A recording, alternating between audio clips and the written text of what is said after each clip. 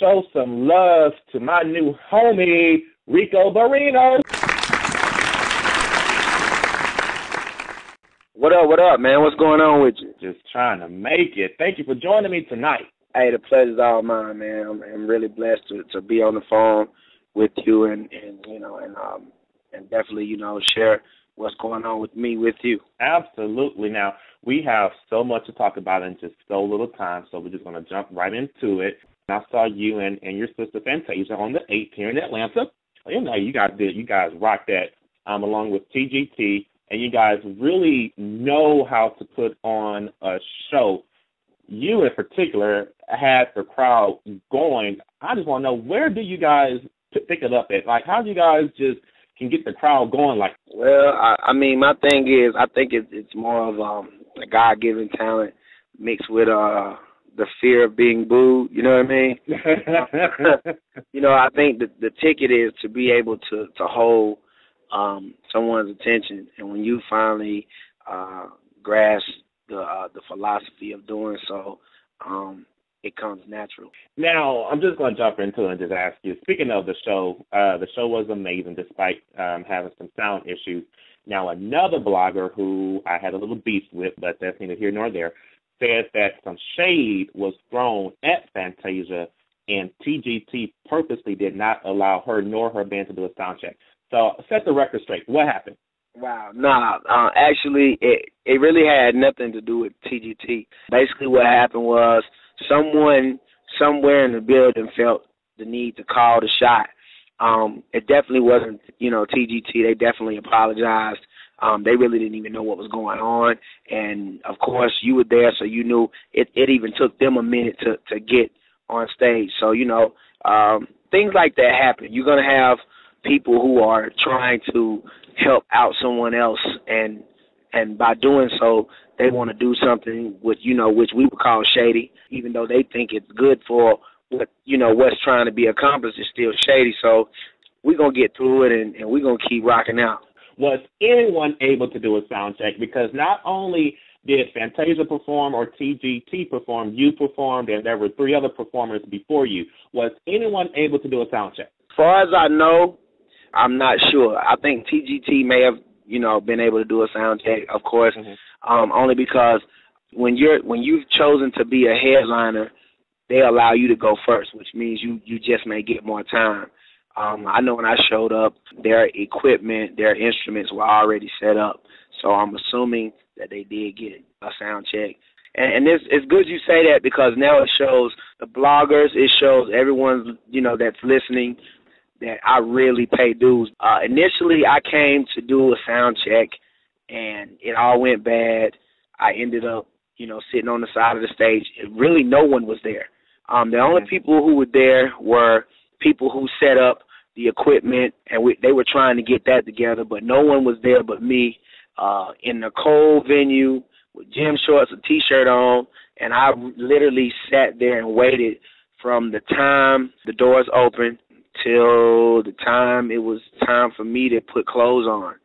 It wasn't designed to be that way. It was actually designed that I would go set up everything, test. I was going to test my sister's mic. Actually, they did get a semi-sound check.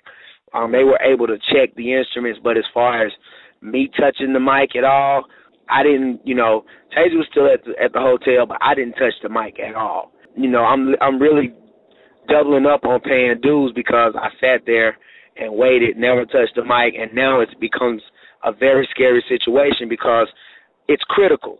Those moments are critical now, because if my mic doesn't come on or if no one can hear me, that affects the energy of the crowd. It affects you, because the people, they're looking around like, what's going on? So I never know what's going to happen.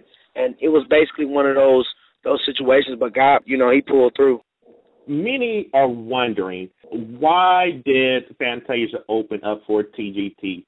Why she wasn't doing her own show, or why she didn't have them open up for her?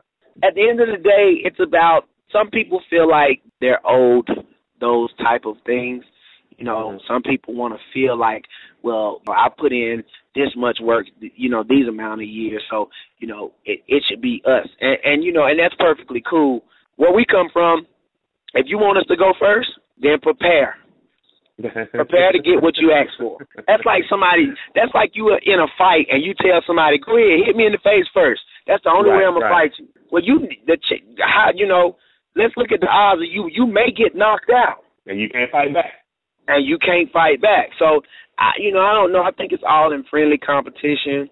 I think at this point, me, of course, I'm just opening up. But, just with the conversation and our mentality, me or my sister could really care less who goes first or who goes last.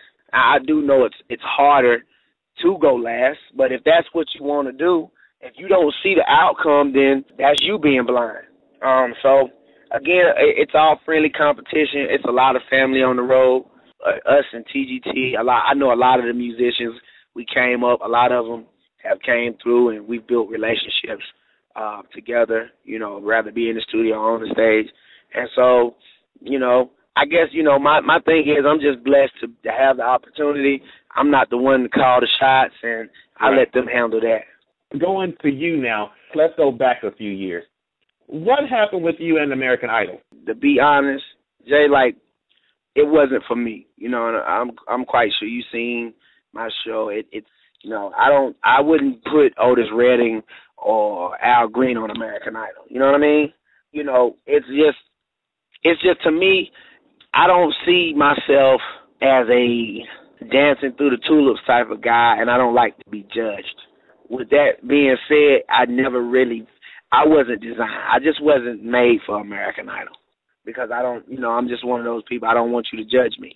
I know it's a game show, and I'm not for games. When your sister was going through her trials, and as you being her big brother, what did you tell her? My sister is, she's a very beautiful woman. She's deep, but we also have to understand she is a rebel. And true rock stars are.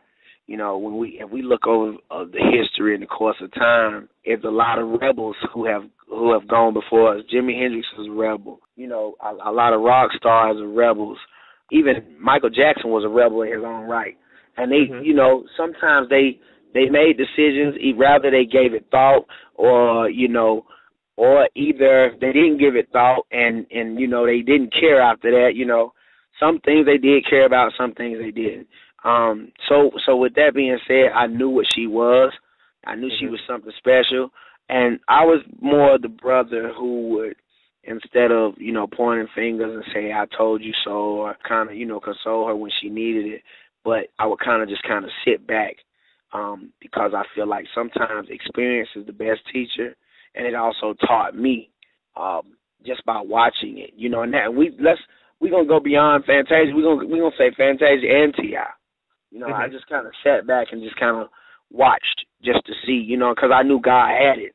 I'm like, they're here for a reason. So that was my whole thing. I felt like that was the best method, because sometimes when you're dealing with rebels, they don't want you to ridicule, and judge. They want to kind of deal with it. And I feel like that was the best way to do it, is just kind of sit back and just let time heal everything.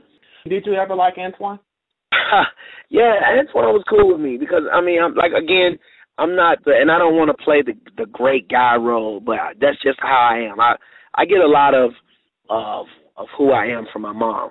My mom just taught me never to judge someone when you first meet them. Now, I will say that just because I like you don't mean that I have to hang with you.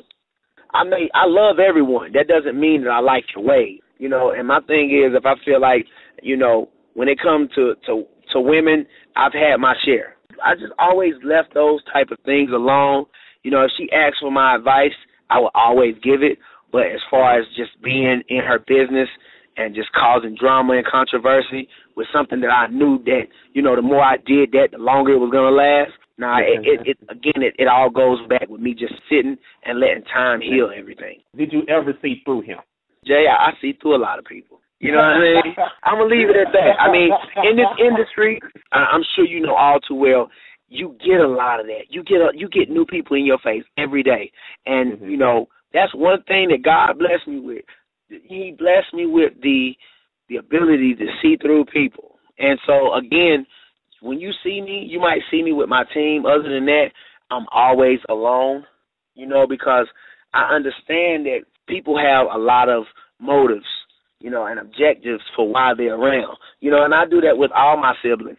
And, and I'm quite sure they be like, well, why you don't never come around with such and such, come around? Well, it's just because I see through it, you know what I mean? I understand, at the end of the day, that's what's happening. Someone is trying to take advantage of you. So, that's just how I see things.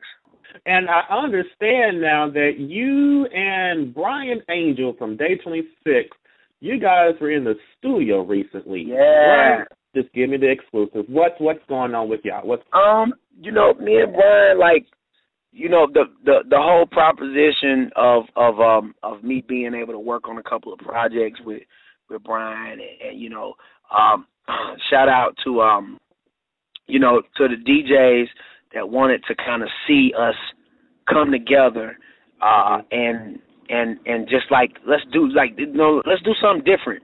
R&B is coming back. It's making a full turn. Y'all guys are considered to be fresh in the game. Both of y'all got chops. Y'all can sing.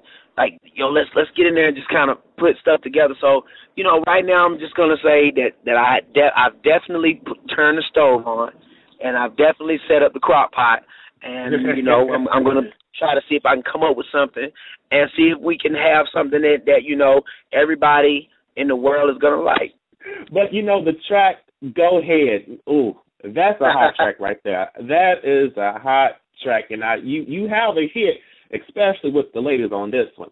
And we're going to play it actually right after this interview. But to actually hear you perform it live, ladies, I have to say it's completely different. So tell us about this. About Go Ahead. Where did this come from? How did it come about? I wanted something fun. I was like, I needed some fresh air. And I wanted to do something, and I knew the best way to do it, everybody was talking about the birthday songs and all that. So I was like, well, let's talk about independent women and what they do. Mm-hmm. And so I was like, I called up Keith Mack from Grand Hustle, who did the Live in the Sky record. And he did a lot of other records. And he was just like, I was like, yo, can we collab and just do something? And before I knew it, it was, ladies, if you want to be the best, you got your own dude, don't need him ever that. Go ahead. He had the beat, and we took it to radio. They was like, yo, we're going to stamp this one. So, and, that's how Go Ahead came about. What all are you working on right now? I don't know if y'all know it, but I just got finished scoring for Mr. Lee Daniels. Shout out to Lee Daniels. Lee Daniels done Monster Ball and Precious. Yes. So, of course, he's coming out with the movie Butler. If you love Precious, if you love Monster Ball, then you are a Lee Daniels fan, and you should definitely go see The Butler. When I tell you it is explosive, it is something for everyone to definitely check out. Not because I have scored for the movie, but I initially got to look at the movie beforehand. It is phenomenal. Wow. I actually, of course, brought your favorite. I got Fantaisa to sing the part. And again, I called on, of course, Mr. Keith Mack and another partner of mine by the name of Gino Valentino. And, we went in and next thing you know, we were in L.A. and Lee came in, and, if anybody knows anything about Lee, he's very, very particular. He's like a rock star of movies, and he's very, you have to do this, you have to tailor everything, or he'll just come out and say, I don't like it. And so it was a blessing for him to be like, this is it. Because I was definitely nervous. So, again, shout out to Mr. Lee Daniels. So I'm doing that, and of course I got my publicist, Miss CC, has definitely got a lot of moves on the table, from reality shows and, getting ready to, hopefully get ready to sing the national anthem for the Steelers. I got a lot of things that I'm working on. I'm in the process of, writing about my life, because a lot of people don't know that I really have a story to tell. Imagine being the brother behind a struggling artist who makes it big, you know, and watching things happen and watching them, you know, transpire, you know, just watching the whole thing just kind of orchestrate and right.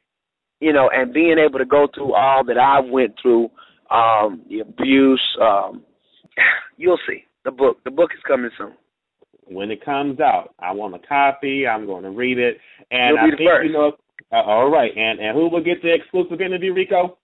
Of course. Jay, you got it. Oh, all right. All right. Now, just want to make sure we're on the same page with it. I'm good. For sure. So tell us how we can keep up with you, sir. Definitely. I make it very, very self-explanatory. It's easy. RiCcoBarrino. That's 2 C's, 2 R's. RiCcoBarrino. Ricco Barrino .com.